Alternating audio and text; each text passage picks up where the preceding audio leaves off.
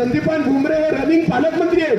यांचं काम होतं वैजापूरच्या प्रत्येक शेतकऱ्याला अनुदान मिळवून देण्याचं, पण त्यावेळेला ते त्यांची दारूची दुकानं काढण्यामध्ये व्यस्त होते. आजचे जेही उमेदवार लोकसभेचे यांचं काय योगदान आहे शेतकऱ्यांचा मालाला भाव मिळवून देण्याच्या संदर्भात जरा मला सांगा. भुमरेने कधी सुचवलं की मी फेडरेशन उघडतो आणि कपाशीची व्यवस्था करतो? खैरेने कधी सुचवलं की मी अशी व्यवस्था मक्याची करतो, की एखादा प्रक्रिया उद्योग उभा करतो? सोन्याची टोपी कुठेतरी डायलॉग काढला होता. खरी गोष्ट आहे, आरक्षण असं दिलं जे टिकणारच नाही. आणि म्हणून मराठा आरक्षणाचे झेंडे एवढे निघाले, काहीच मिळालं नाही. अगदी अण्णासाहेब पाटलांपासून हर्षवर्धन जाधवांपर्यंत अनेक लोकांनी विधानसभेचे राजीनामे दिले. मनोज जरंगेंच्या नाकातोंडातून रक्त आलं, तरी सुद्धा सरकारला आणि या पुढाऱ्याने किंवाली नाही. वैजापूर तालुक्यातील लासूरगाव येथे कन्नडचे माजी आमदार तथा लोकसभेचे उमेदवार हर्षवर्धन जाधव यांची प्रचार सभा आयोजित करण्यात आली होती. यावेळी बोलताना हर्षवर्धन जाधव यांनी महायुती व महाविकास आघाडी यांच्या उमेदवारावर चांगलेच तोंडसूक घेतले आहे.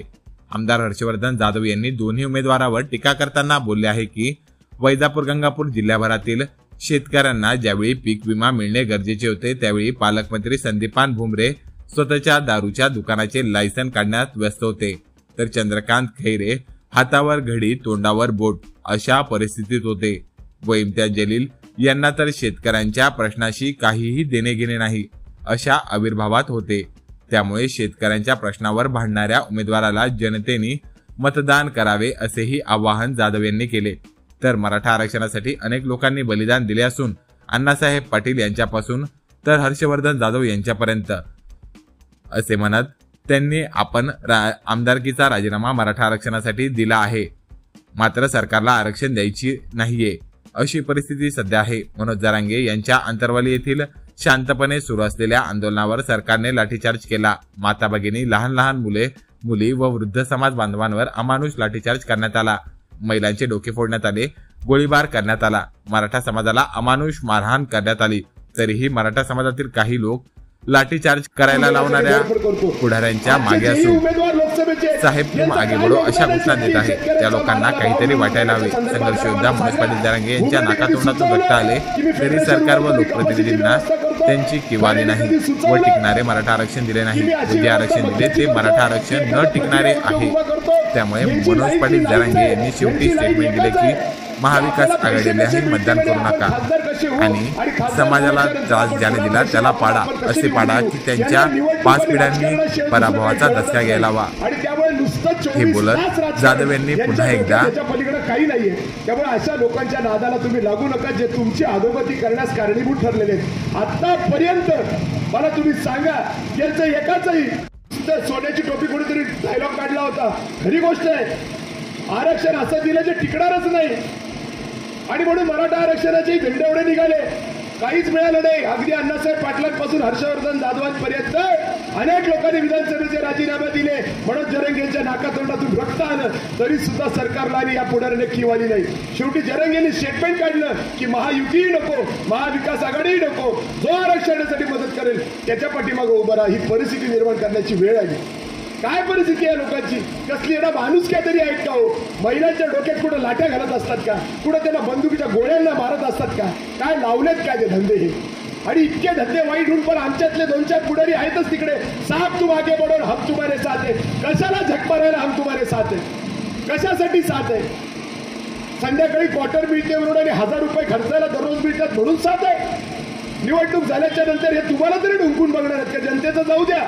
त्या कार्यकर्त्यांना विचारतो मी, जे कार्यकर्ते यांच्या मागे शेपूट हलवत फिरतायत, त्यांची मस्ती फक्त 13 मे संध्याकाळी 5 वाजेपर्यंतच चालणार आहे. नंतर या कार्यकर्त्यांकडेही ढुंकून हे पुढारी पाळणार नाहीत. तेव्हा जेव्हा हे कार्यकर्ते जातील तेव्हा साहेब आता इलेक्शनचे कॅम्पेन करून थकलेले आहेत, प्रचार करून थकलेले आहेत. आता हिवाळी ठिकाणी कुठेतरी गेलेले आहेत, काश्मीरला गेलेत किंवा कुठे गेलेत, आराम करण्यासाठी साहेब गेलेत. असंच चित्र निर्माण होतं. नंतर कुत्रा येत नाही, मग तुमचं नुकसान हो, मग तुम्हाला विमानं भेटो, मग तुमचं काय वाटोळं व्हायचं ते हो. यांना काही पडलेली नसते. हे आपल्या हवाई जहाजमध्ये बसून कोणी गुवाहाटीला जातं, कोणी मुंबईला जातं. त्यामध्ये पुरेसा पाठपुरावा स्थानिक लोकप्रतिनिधींकडनं झाला नाही. आजचे उमेदवार तर सोडूनच द्या.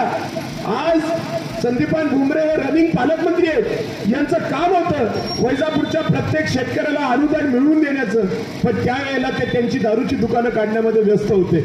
त्यांना इकडे बघण्याचा वेळ नव्हता. आणि आता निवडणुका आल्याच्या नंतर अचानकच भारतीय लोक गाड्यांमध्ये भरायचे, दारूच्या कॅनी टाकायच्या आणि गावोगावी जाऊन सभा करायची आणि लोकांना धुळफेक करायची की मी किती महान आहे. आणि एवढंच नव्हे तर एखादा दारुडा उभा राहिला तर त्याला म्हणायचं तू आमचाच गिराईक आहेस. म्हणजे असा एक प्रकारचा नागडेपणा हा सगळा इथं सुरू आहे. आणि फार वाईट वाटतं ज्यावेळेला अशा पद्धतीची परिस्थिती आम्ही बघतो. माझे वडीलही 3 पंचवार्षिक आमदार होते, माझी आई 1 पंचवार्षिक आमदार होती, मी 2 पंचवार्षिक आमदार होतो. पण एवढा नागडेपणा आम्ही कधीच बघितला नाही की शेतकऱ्याच्या खिशात एक नाहीयेत माझ्याकडे तेवढे पैसे, नाहीयेत तेवढे कार्यकर्ते, पण नुकसान भरपाई देण्याची ताकद निश्चित माझ्यामध्ये आहे. विमा देण्याची ताकद निश्चित माझ्यामध्ये आहे. लाईट बिल न भरता मोटरी चालू ठेवण्याची ताकद निश्चित माझ्यामध्ये आहे. कांद्याचा तुम्हाला भाव चांगला मिळवून देण्याची ताकद निश्चित माझ्यामध्ये आहे. कपाशीला भाव चांगला मिळवून देण्याची ताकद निश्चित माझ्यामध्ये आहे. मक्याला चांगला भाव मिळवून देण्याची ताकद निश्चित माझ्यामध्ये आहे. आणि हे मी सिद्ध केलेलं आहे. असं नाहीये की हम होंगे कामयाब एक दिन, ऑलरेडी कामयाब हो चुके हैं. दिखा चुका हूं मैं कि मैं क्या कर सकता हूं. बस आपको उस चीज को देखना है. तुम्हाला फक्त बघायचं आहे की या माणसाने हे केलं, याच्या पाठीमागं उभं राहिलं तर पुढे आपला